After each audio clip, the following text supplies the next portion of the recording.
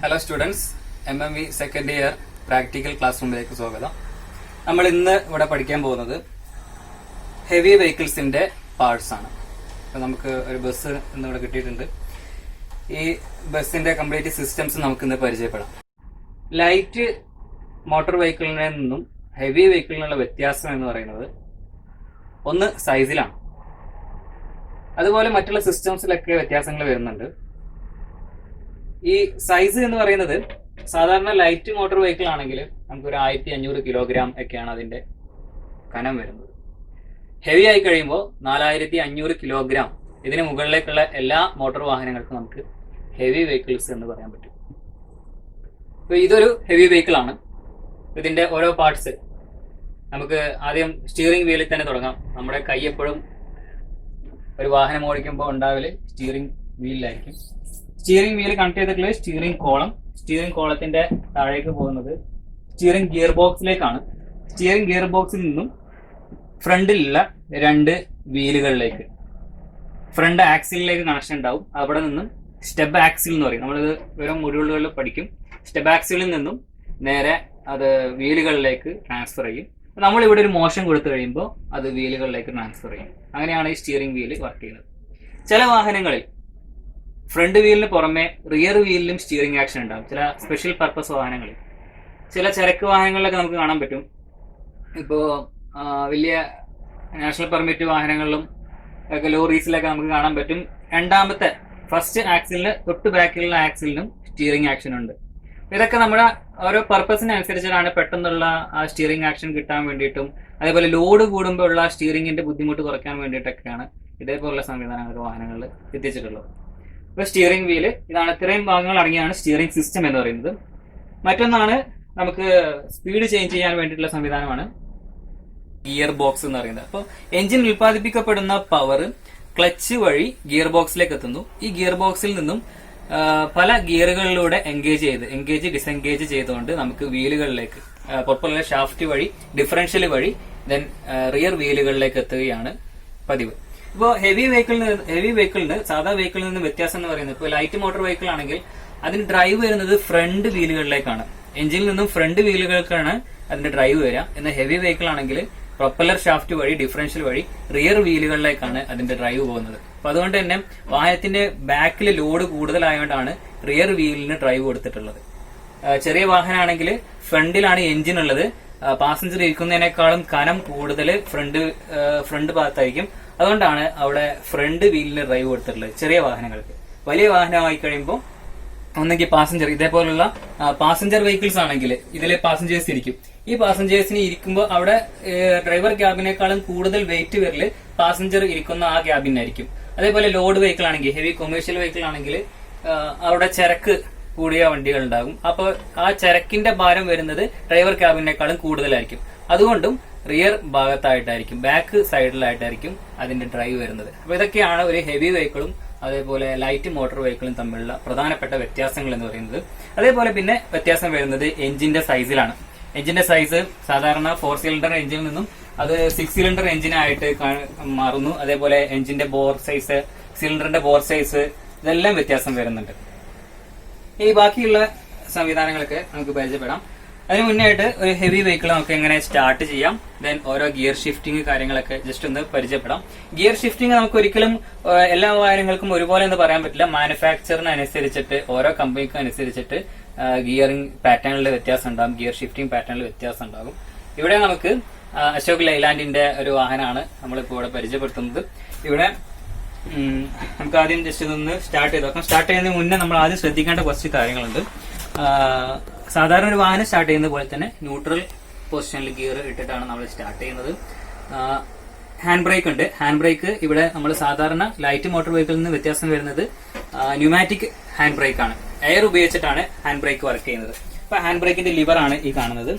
അപ്പോൾ ഇതിനാദ്യം നമ്മൾ engine start ചെയ്യുന്നതിന് മുന്നേ നമ്മൾ കഴിഞ്ഞ വർഷം പഠിച്ചിരുന്നു ബ്രേക്ക് സിലിണ്ടർ, ന്യൂമാറ്റിക് ബ്രേക്കാണ് ഇതിൽ ഉപയോഗിക്കുന്നത്. അപ്പോൾ ബ്രേക്ക് സിലിണ്ടറിൽ എയർ ഫില്ല് ചെയ്ത് കഴിഞ്ഞിട്ട് ദെൻ പ്രഷർ റിലീഫ് വാൾവിൽ നിന്നും എയർ പുറത്തേക്ക് പോകുന്ന ഒരു സൗണ്ട് കേൾക്കും. ആ സൗണ്ട് കേട്ടതിന് ശേഷം മാത്രമേ എഞ്ചിൻ സ്റ്റാർട്ട് ചെയ്യാൻ പാടുള്ളൂ. ഇങ്ങനെ അല്ലാതെ സ്റ്റാർട്ട് ചെയ്ത് കഴിഞ്ഞാൽ എഞ്ചിന്റെ ബാക്കി ഒരു വാഹനത്തിന്റെ മറ്റു ഭാഗങ്ങളുണ്ട് എയർ ഉപയോഗിച്ച് വർക്ക് ചെയ്യുന്ന, ഇതൊന്നും കൃത്യമായിട്ട് വർക്ക് ചെയ്യാതിരിക്കും. അപ്പൊ നമുക്ക് കൃത്യമായിട്ട് വാഹനം കൺട്രോൾ ചെയ്യാൻ കഴിയില്ല. പ്രധാനമായിട്ടും ബ്രേക്ക്, അതേപോലെ എയർ ഉപയോഗിക്കുന്ന ഹോൺസ് ഉണ്ട്. ഈ ഹോണുകളൊക്കെ വർക്ക് ചെയ്യുന്നതും ഇതേ എയർ ഉപയോഗിച്ചിട്ട് തന്നെയാണ്. പിന്നെയും ഒരുപാട് ഭാഗങ്ങൾ എയർ ഉപയോഗിച്ചിട്ട് തന്നെ, ഹെവി വെഹിക്കിൾസിന്റെ ഒരുപാട് പാർട്സുകൾ എയർ ഉപയോഗിച്ചിട്ട് തന്നെ വർക്ക് ചെയ്യുന്നുണ്ട്. പിന്നെ മറ്റൊരു ഭാഗമാണ് പ്രഷർ ഉപയോഗിച്ചിട്ട് ന്യൂമാറ്റിക് ഡോറുകൾ. പുതിയ വരുന്ന ലൈൻ ബസ്സുകളിലൊക്കെ നമുക്ക് കാണാൻ പറ്റും, അവിടെ ഡോറും കാര്യങ്ങളൊക്കെ വരുന്നതും ന്യൂമാറ്റിക് ആയിട്ട് തന്നെയാണ്. അപ്പോൾ door automatic, driver operated automatic ഡോറുകളൊക്കെ, ഇവിടെ ഒരു സ്വിച്ച് ഉണ്ടാകും. സ്വിച്ച് നമ്മൾ പ്രസ് ചെയ്ത് കഴിയുമ്പോൾ അവിടെ ഡോർ ഓപ്പൺ ആകും. ഇങ്ങനെ കംപ്ലീറ്റ് വരുന്നത് ന്യൂമാറ്റിക് ആയിട്ട് ബന്ധപ്പെട്ടാണ്, എയർ ഉപയോഗിച്ചിട്ടാണ് വർക്ക് ചെയ്യുന്നത്.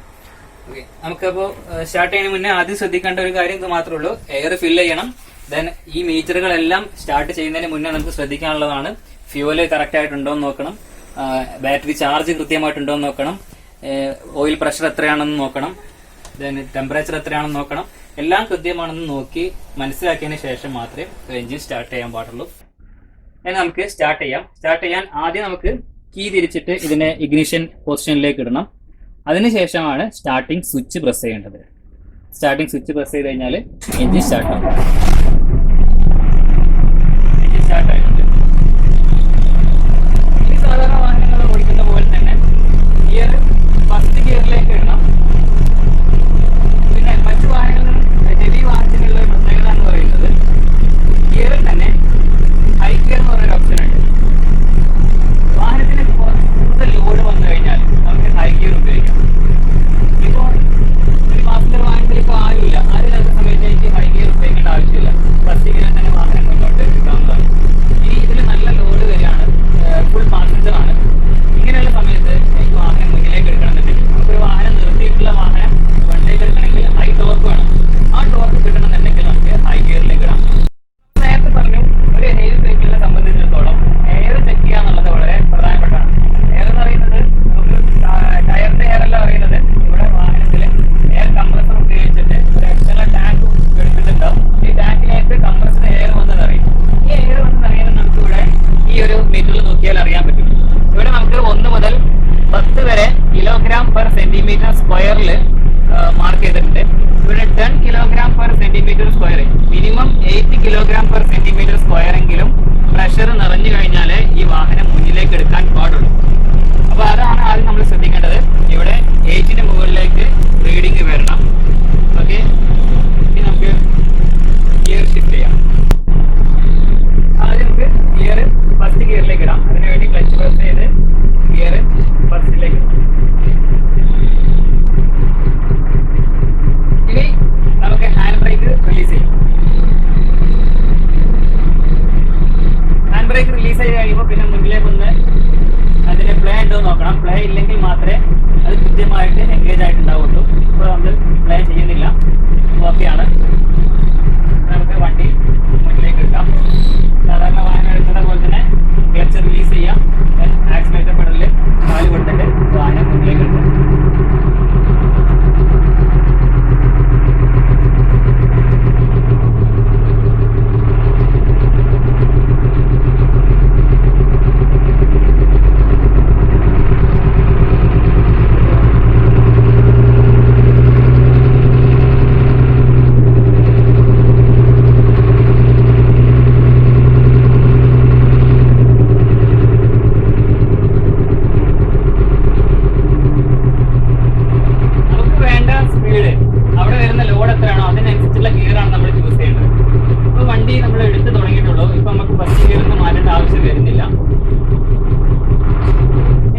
സ്പീഡ് കൂടുന്നതിനനുസരിച്ചിട്ട് നമ്മൾ ഓരോ ഗിയറായിട്ട് ഷിഫ്റ്റ് ചെയ്ത് കൊടുക്കുക. ഓരോ ഗിയറിനെ കുറിച്ചിട്ട് ഞാൻ പറഞ്ഞുതരാം.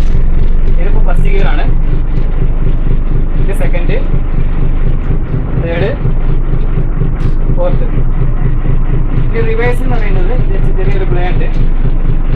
ന്യൂട്രലിലേക്ക് കൊടുത്തിട്ട് ഫ്രണ്ടിലേക്ക് കൊടുത്തു കഴിഞ്ഞാൽ റിവേഴ്സ് ആകും. അതേപോലെ ഇവിടെ നിന്ന് ബാക്കിലേക്ക് പോയി കഴിഞ്ഞാലാണ് ഹൈ ഗിയർ ആകുന്നത്. ഓക്കെ, ഇത്രയാണ് ഗിയറിംഗ് പൊസിഷൻസ് ഉള്ളത്. നമുക്ക് ബാക്കിയുള്ള സിസ്റ്റംസ് പരിചയപ്പെടാം. വണ്ടി ഓഫ് ആക്കിയിട്ട് പുറത്തേക്ക് ഇറങ്ങാം. അപ്പോൾ ഓഫ് ആക്കുന്നതിന് മുന്നേ നമ്മൾ ശ്രദ്ധിക്കേണ്ടത് ഹാൻഡ് ബ്രേക്ക് പഴയ പൊസിഷനിലേക്ക് തന്നെ കൊണ്ടുവരണം.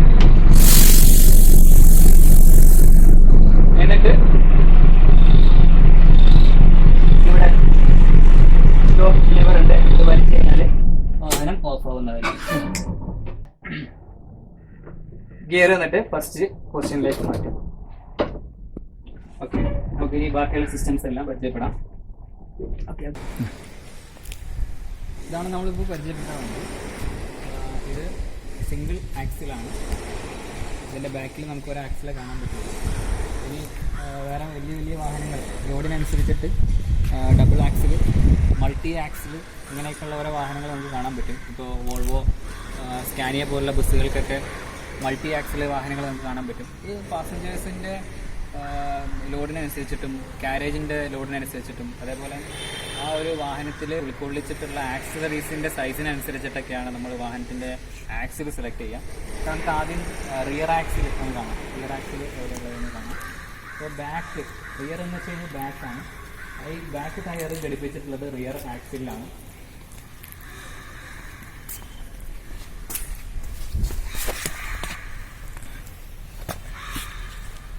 ഇപ്പോൾ നമുക്ക് ഈ കാണുന്ന 2 ടയറുകൾക്കിടയിൽ കാണുന്ന ആ ഒരു ഷാഫ്റ്റ്, നേരെ കാണുന്ന ഷാഫ്റ്റാണ് റിയർ ആക്സിൽ എന്ന് പറയുന്നത്. അതിൻ്റെ സെൻറ്ററിൽ നമുക്കൊരു ബോൾ പോലെ ഉരുണ്ട് കാണുന്ന ആ ഒരു ഭാഗമാണ് ഡിഫറൻഷ്യൽ എന്ന് പറയുന്നത്. ഡിഫറൻഷ്യലിൻ്റെ വർക്കിങ്ങും എന്തിനാണെന്നൊക്കെയുള്ള നമുക്ക് ഇപ്പോൾ ഞാൻ പറഞ്ഞുതരാം. ജസ്റ്റ് ഒന്ന് കണ്ടുവെക്കാം എന്താണ് ഡിഫറൻഷ്യൽ എന്നുള്ളത്.